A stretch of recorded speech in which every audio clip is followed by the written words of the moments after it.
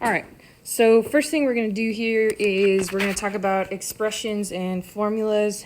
This is probably very much a review.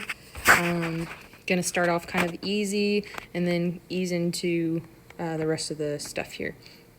So first thing we're going to do is we're going to evaluate m plus p minus 1 squared if m is 3 and p is negative 4. So we're going to plug in 3 where m is, and we're going to plug in negative 4 where p is, and then we're going to use order of operations to simplify. You need to remember that order of operations is grouping first, so starting with any grouping symbols, then you're going to move to exponents. You're going to do multiplication and division at the same time, moving from left to right, whatever you run into first, and then you're going to do addition and subtraction at the same time from left to right. So we'll start with our grouping. So that is the negative 4 and minus 1. So that's going to be negative 5. Exponents is next. Remember, when we're doing exponents, negative 5 squared is negative 5 times negative 5. So that's going to be positive 25. We would then move into multiplication and division. We have none. And then we'll go to addition and subtraction. So we're going to add 3 and 25 is 28. Next one we have is a plus b squared times b minus a, if a is 5 and b is negative 3.2. So we're going to plug in our numbers here.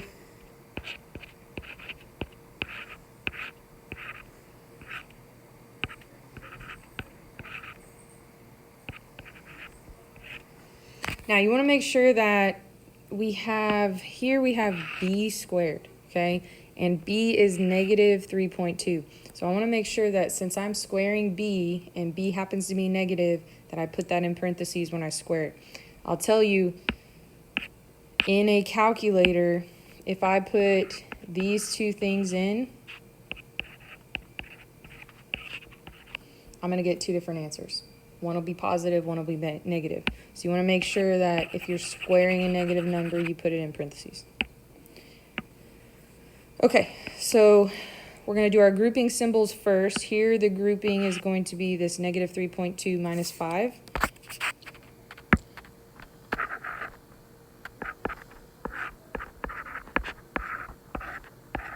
Negative 3.2 minus 5 is going to be negative 8.2. Then we're going to move on to our exponents. So negative 3.2 squared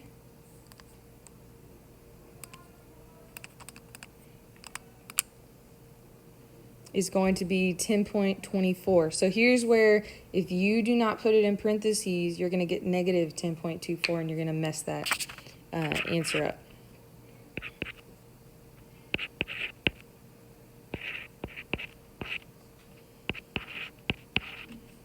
Okay, next thing you're going to do is you're going to do multiplication and division. You want to move from left to right when you're talking about multiplication and division.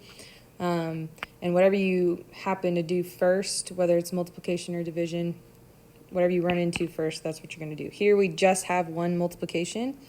So it's 10.24 times negative 8.2. When we multiply that out, we're going to get negative 83.968.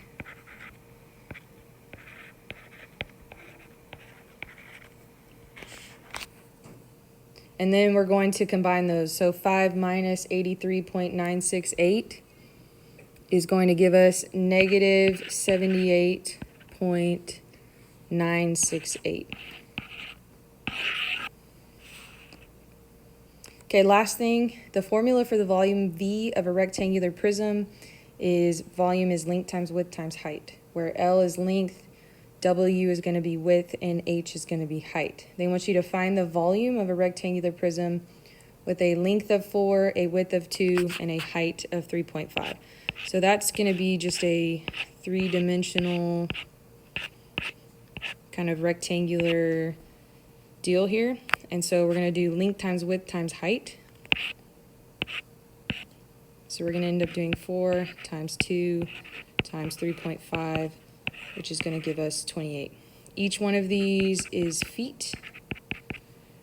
So when I do feet times feet times feet, that's going to give me feet cubed. Like I said, this is very much a review, but if you don't know how to do order of operations, you're going to have a hard time kind of with the algebra side of some things and make some easy mistakes. So I wanted to start there.